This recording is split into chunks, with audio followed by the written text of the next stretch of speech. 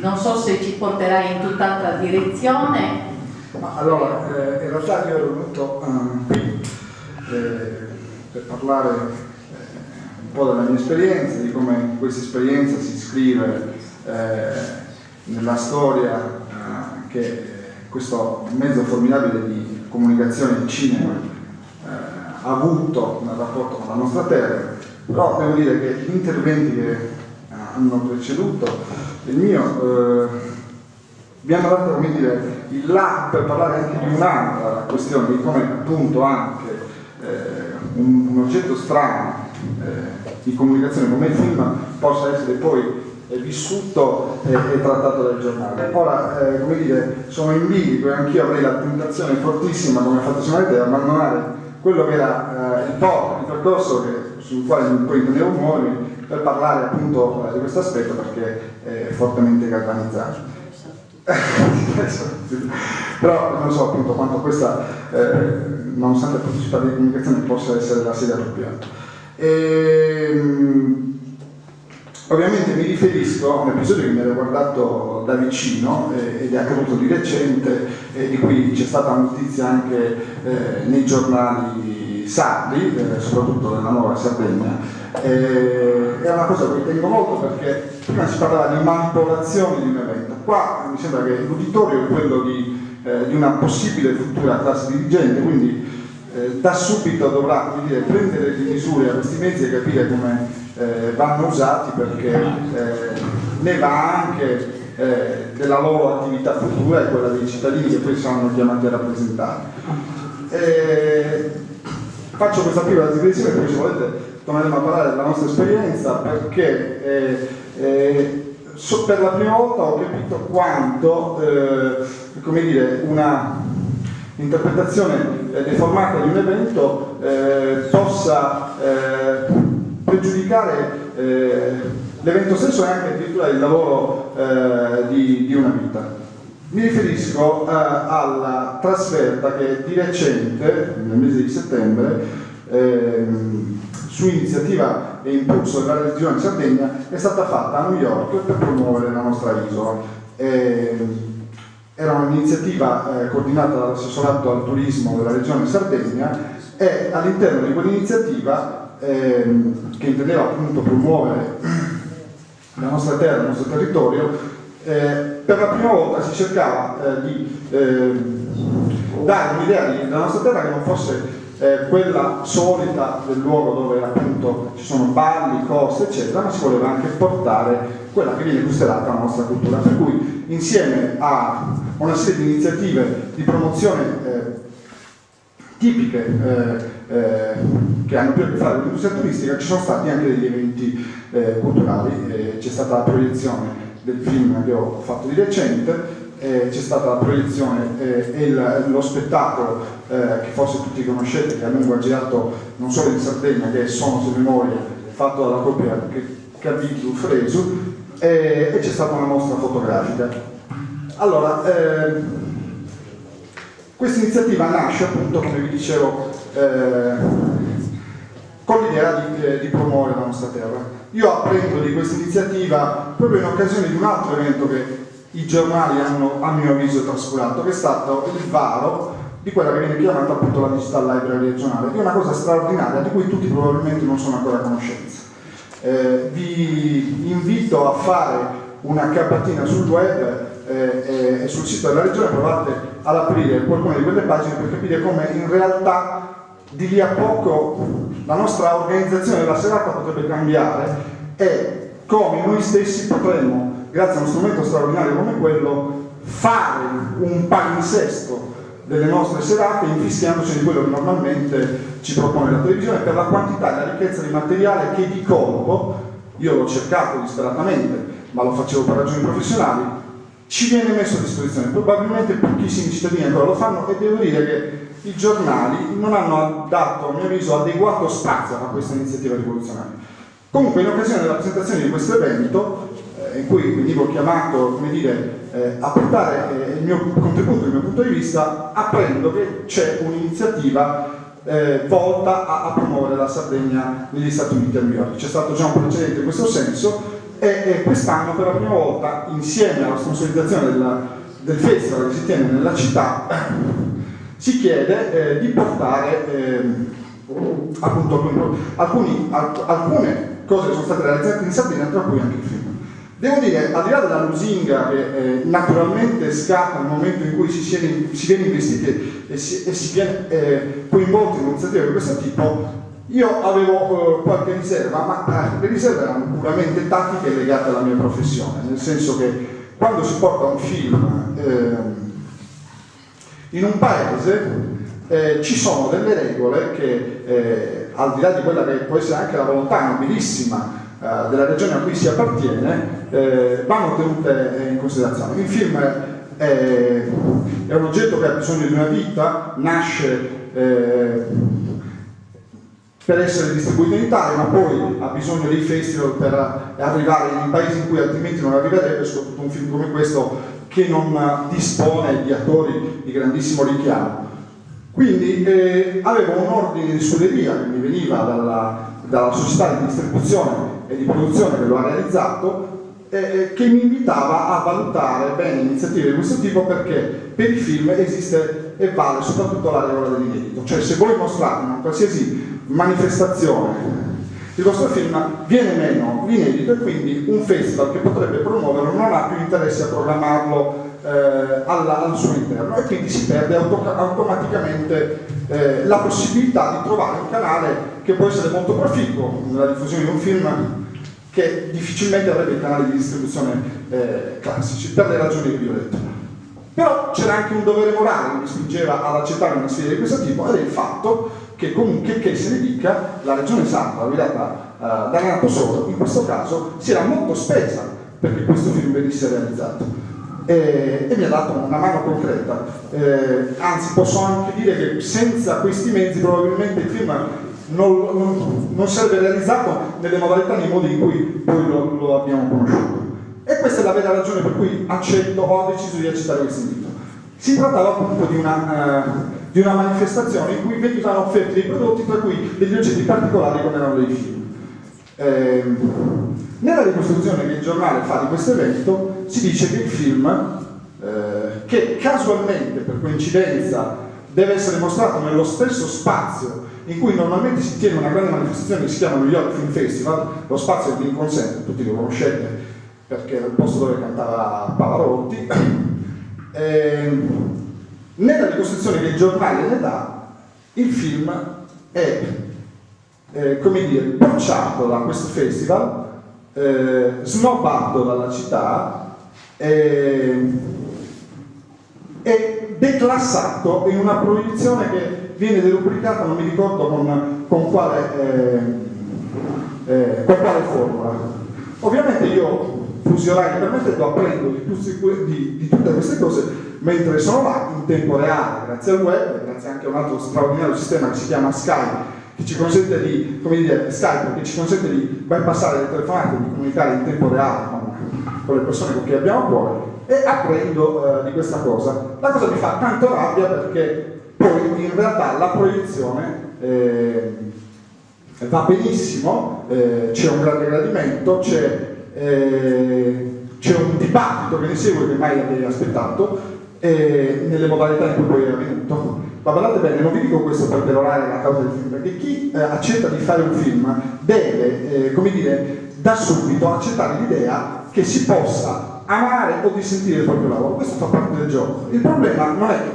se è gradito o non un film, il problema è se un episodio, un fatto viene ricostruito in maniera completamente distorta dai giornali. A questo proposito tengo a precisare che c'era un precedente in questo senso. In una precedente trasferta a New York con l'altro film, il corrispondente di quel giornale tentò, non so per quale ragione, un colpo basso di questo tipo. Il redattore capo del giornale mi chiama e in quell'occasione mi dice: ma sulla stampa americana si trovano queste notizie sul giornale. Gli ho detto: perché me lo chiedi? Tu sei libero di scrivere quello che ti pare. Questa non è la stampa americana, questo è un sito internet che non ha neanche così tanti ascolti, però tu, voglio dire, non dovresti mai chiedere una cosa del genere a me, perché voglio dire, se i giornali dovessero funzionare per consenso diretto avremmo il giornale che vogliamo. che cosa accade? Che il giorno dopo sul New York Times esce una recensione molto positiva del film, per cui il giornale sardo in questione a ruota deve fare 4 pezzi per 4 giorni di seguito per cercare di demolire l'immagine che inizialmente aveva dato. Questo era il precedente che ci portava a questo nuovo episodio. Se volete verificare e misurare questa cosa, vi consiglierei, visto che si è parlato di internet, di andare sul sito del New York Times, che è il giornale più autorevole in quella città, e provate a cliccare sul nome Sono a tavola, cosa viene fuori, per capire che tipo di percezione di quel film e di quell'evento è stata data in quell'occasione e di come in realtà, non so per quali ragioni, anzi, voglio dire, queste forse probabilmente sono da scrivere a tutta quella serie di ragioni che ha enucleato prima Umberto, viene riportata in questa maniera la notizia. E lo dico con grande rammarico perché poi io non avrei alcun motivo per scagliare queste frecce a un giornale che sostanzialmente ha sempre avuto grande rispetto del lavoro che in questi anni ho svolto. Mi viene data proprio dal direttore la possibilità di replica, ma quando poi ti danno la possibilità di replica, secondo la legge della stampa, te la dovrebbero dare con l'evidenza con cui normalmente viene fatto il lancio, cosa che ovviamente non è avvenuta, e tutte quelle persone che normalmente non hanno la possibilità di fare delle verifiche incrociate o si fermano alla soglia spesso anche solo della prima pagina del giornale, hanno riportato di questo evento l'esca che aveva mandato il giornale il giorno prima, e neanche la replica è servita tanto. Ora, questo è un episodio in realtà personalmente doloroso, ma è insignificante rispetto a come a volte episodi e di cronaca e della vita di tutti i giorni possono essere trattati dai giornali, e come ho pensato le esistenze di alcune persone possono essere macinate e triturate dai giornali. Dico questo perché chi, come dire, si candida in qualche modo a rappresentare delle comunità, mi sembra che questo sia il caso di un po' anche l'obiettivo di questi incontri, abbia da oggi, se già non ce l'aveva, consapevolezza di che razza di bestia poi dovrà andare a trattare. Ora, siccome la rappresentanza della partenza qui era tra la giornalista, poi potete fare tutte le domande del caso. Non avrei mai fatto, come dire, questa deviazione se non fosse nata appunto dal contesto. Ma io credo che poi in fondo le cose siano legate anche a quello che poi volevo dirvi. Ed è questo, io sono uno dei pochissimi fortunati ad avere la possibilità di fare questo mestiere venendo dalla Sardegna. La distanza che ci separa da questo mestiere è veramente molto simile a quella geografica. Quando io ho cominciato a sognare solo e vagheggiare la possibilità di praticarlo, non avevo neanche come dire, il coraggio di confessarlo neanche ai più diretti amici, conoscenti, vicini, perché avevo paura anche di essere preso per matto, nel senso che in una scelta di questo tipo c'è un grado di ambizione, di volontà di uscire dal seminato che normalmente tra la gente dalle nostre parti non è ammessa, per cui subito vieni preso un po' per matto, e quindi l'ho coltivata a lungo in gran segreto fino a che non ho avuto la possibilità di frequentare la Scuola Nazionale di Cinema, che mi ha dato tangibilmente per la prima volta la possibilità di occupare in qualche modo questo mestiere. La scuola è un buon viatico in questo caso, soprattutto per quelle persone che come me non hanno come dire, degli addentellati, delle parentele in un mestiere che è fortemente nepotista, che non dà la possibilità, anche per ragioni geografiche, di entrarci, e quindi in questo senso vi dico che mi sento privilegiato, perché una serie di combinazioni, di coincidenze hanno fatto sì, messi insieme a una volontà probabilmente tenace, mi hanno dato la possibilità temporaneamente, perché poi questa è un'investitura che non si guadagna in eterno, te la devi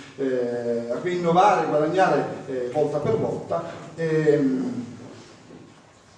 quindi vi dico mi sento in questo senso fortunato e ho coltivato da subito però anche fortissima la necessità e l'esigenza, proprio per via di questo privilegio, di sentire come un dovere quasi morale di raccontare la nostra terra, perché da spettatore ho capito che sempre e poco era stata raccontata da questo mezzo, dal cinema, e spesso era stata raccontata in maniera distorta. E il primo tentativo lo faccio concretamente quando, dovendo fare un saggio della scuola,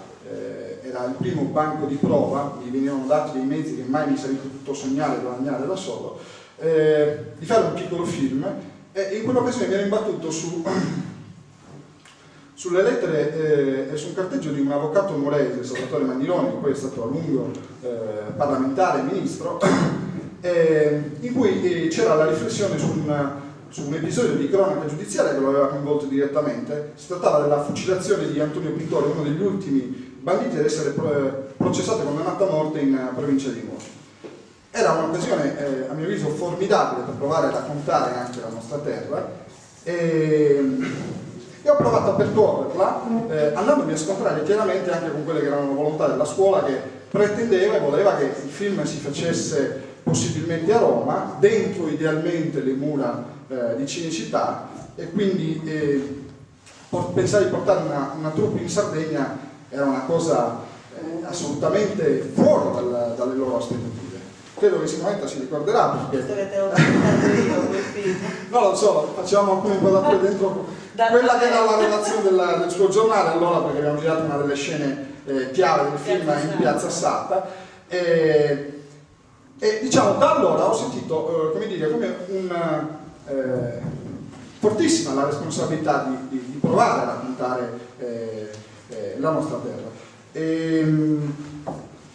e qui da subito, ma è una sensazione che avevo ricavato anche da spettatore, ho capito quanto in realtà la cosa sia molto delicata, nel senso che da spettatore ricordavo, l'avevo fatto anche poi all'università in maniera quasi scientifica, che della Sardegna o veniva data una rappresentazione un po' esotica, e in quel caso, come dire, la mediazione era data dai racconti della Veleta, per cui si favoleggia di questa terra che assomiglia quasi alla Polinesia che raccontava Gauguin nelle sue pitture, un mondo quindi lontano, dove l'interesse era nato proprio da questa sua assoluta estraneità. Oppure c'era una rappresentazione, come dire, in realtà poi poco aderente alla nostra terra, perché si fermava alla buccia costiera, ed era quella rappresentazione che si vede in tutti quei film appunto di ambientazione vacanziera, dove i sardi assomigliano molto ai cubani ai tempi di Fulgenzio Batista, fanno tutti i camerieri e basta, difficilmente hanno un ruolo che non sia quello. C'erano solo quei film che pesavano, che erano lì, che a ricordarmi che in realtà si può interpretare questo mestiere in maniera molto più alta e nobile, cercando di dare voce a gente che altrimenti non lo avrebbe, e uno di questi era appunto Banditi al Gozo di De Seta, un film che tutto sommato è accettato e amato dalla nostra gente, perché forse come nessun altro come dire, dà prova di raccontare un popolo quasi con l'occhio e la volontà di chi c'è nato dentro quel popolo, una cosa che non era manco riuscita mai fino a quel momento neanche a quei pochissimi, uno di questi però era un regista importante come lui, che pure avevano vissuto in Sardegna. E l'altro film era